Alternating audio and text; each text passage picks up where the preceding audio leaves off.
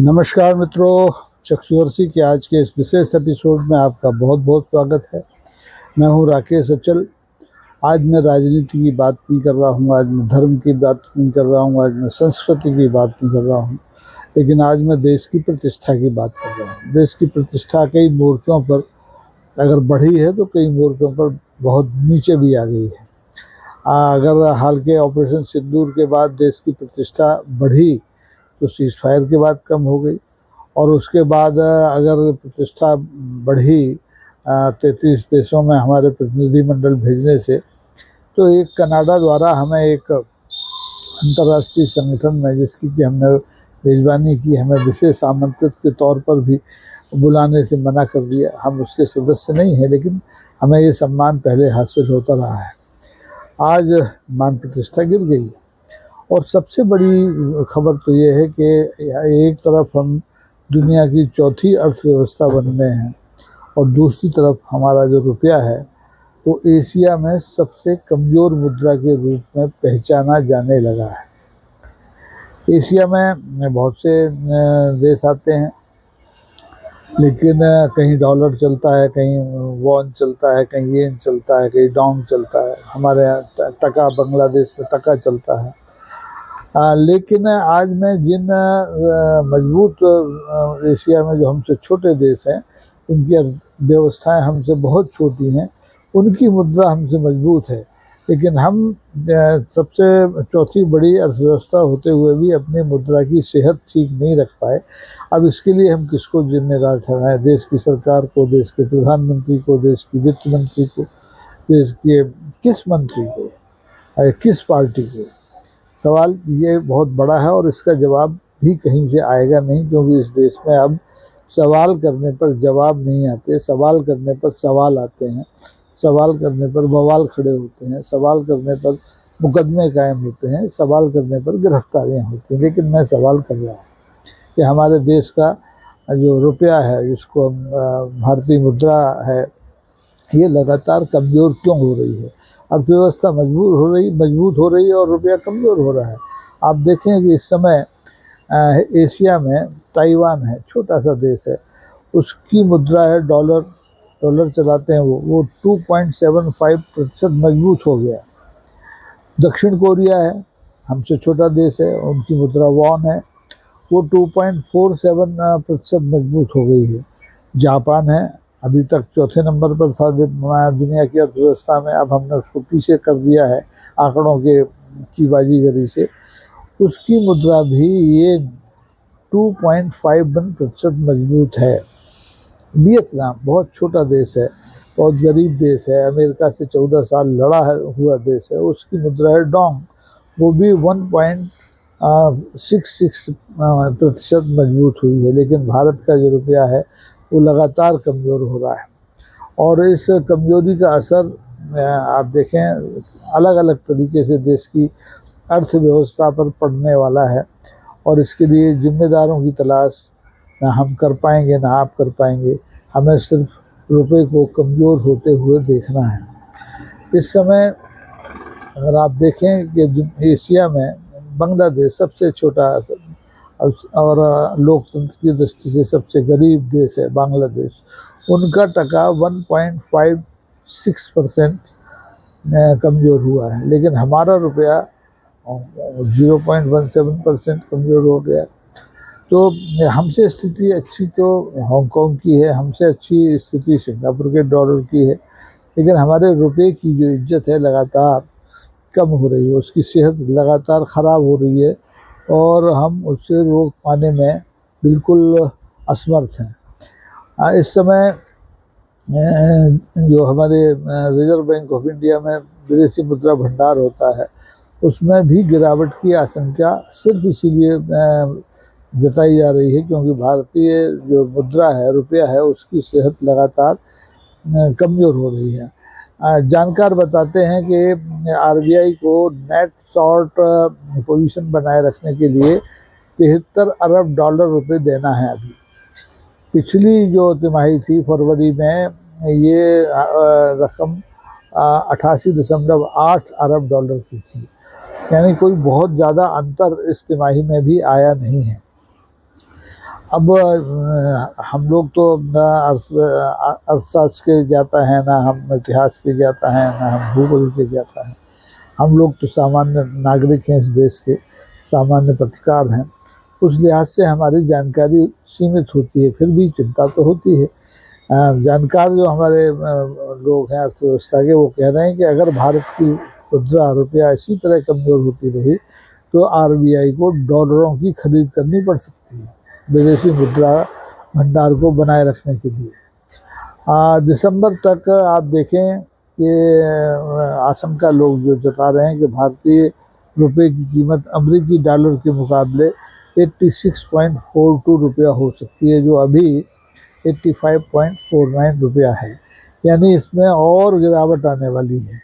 और ये गिरावट क्यों आ रही है, जबकि हमारी जीडीपी लगातार 7% से ऊपर है। आने वाले दिनों में ये 7% से और 7.4% भी हो सकती है, लेकिन रुपया कमज़ोर हो रहा है। और रुपए की कमज़ोर सेहत को देखते हुए ये एक बहुत भयानक हकीकत है कि इस देश में जितने भी विदेशी निवेशक हैं वो अपना पैसा निकाल करके बाहर जा रहे हैं।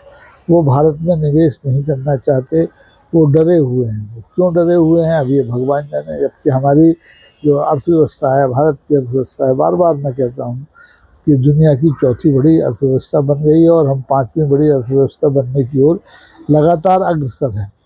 आरबीआई के गवर्नर संजय मल्होत्रा साहब का अगर आप कहने पर यकीन करें तो वो कहते हैं कि अभी हमें और लचीलेपन की ज़रूरत है। विदेशी मुद्रा को रोकने के लिए, विदेशी मुद्रा भंडार को अक्षय बनाने के लिए, विदेशी निवेशकों की घबराहट दूर करने के लिए और भारतीय मुद्रा की सेहत बनाने के लिए हमें और लचीलेपन की ज़रूरत है। तो भाई कितना लचीला होंगे आप, ये तो तय कर लीजिए।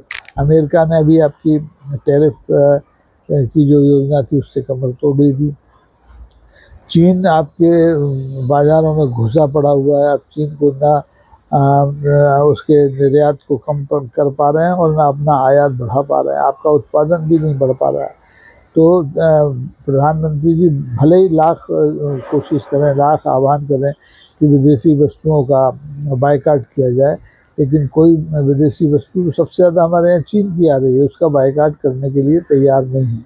अभी मैं 2 दिन पहले ही एक बहुराष्ट्रीय कंपनी है आइकिया, उसके शोरूम में था एक महानगर में। मैंने देखा कि लोग चीनी उत्पादों पर टूटे पड़ रहे हैं माननीय प्रधानमंत्री के आह्वान के बावजूद। ये वही प्रधानमंत्री हैं जिनके आह्वान पर कोरोना के समय देश के लोगों ने तालियां बजाई, थालियां बजाई, फूल बरसाए।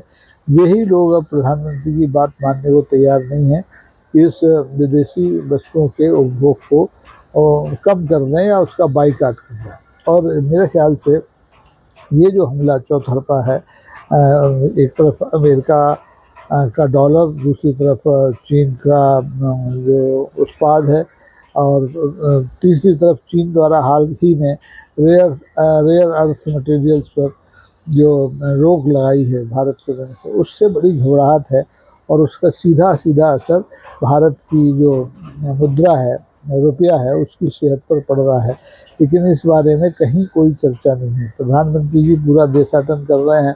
ऑपरेशन सिंदूर के बाद ऑपरेशन सिंदूर की मान प्रतिष्ठा को स्थापित करने के लिए उनकी कोशिशें देखने लायक हैं, लेकिन वे भी भारतीय मुद्रा की खराब हालत के बारे में एक शब्द नहीं बोल रहे हैं। वो चीन के बारे में भी एक शब्द नहीं बोल रहे हैं। तो ये जो परहेज है, चीन से जो परहेज है, चीन के प्रति बोलने से जो परहेज है, उससे बड़ी समस्याएं उत्पन्न हो रही हैं। और इससे जो हमारे जो विदेशी सौदे हैं उन पर भी असर पड़ने वाला है। अभी विदेशी सौदे जो आंकड़े बताते हैं कि 15 अरब डॉलर के थे, और एक समय ये सौदे 37.8 अरब डॉलर के हुआ करते थे, लेकिन अब ये कम हो गए हैं। उसकी वजह यही है कि भारतीय मुद्रा की जो सेहत है वो लगातार कम हो रही है। और ये सेहत कैसे संभाली जाए, इसके बारे में हमारी सरकार, हमारी जनता को, हमें आपको कुछ बताने के लिए तैयार नहीं है। क्योंकि आज मैंने जैसे शुरू में कहा था कि आज अगर आप सवाल करते हैं सरकार से किसी भी मुद्दे पर, देश की अर्थव्यवस्था कैसे चौथी बन गई दुनिया में, और फिर इधर भारतीय मुद्रा कमज़ोर क्यों हो रही है एशिया में, इधर आपके बहिष्कार, जो विदेशी सामान के बहिष्कार का जो आप आह्वान कर रहे हैं, उस पर भारत की जनता ध्यान क्यों नहीं दे रही है। ये तमाम सारी विसंगतियां हैं जिन पर बातचीत होनी चाहिए। लेकिन अभी आप देखें कि हमारा जो देश के नेता हैं वो एक दूसरे को गरियाने में लगे हुए हैं, मंचों पर, टेलीविज़न की स्क्रीन पर एक दूसरे पर आरोप प्रत्यारोप लगाने पर लगे हैं, लेकिन जो देश की असली समस्या है उसके बारे में कोई बात करने के लिए तैयार नहीं है। तो इन समस्याओं पर, भारत की अर्थव्यवस्था की हकीकत क्या है ये बताने को कोई तैयार नहीं है। भारत का रुपया कमज़ोर क्यों हो गया है, बीमार क्यों हो गया है, उसकी सेहत सुधारने के लिए हम क्या कर रहे हैं ये बताने के लिए कोई तैयार नहीं है।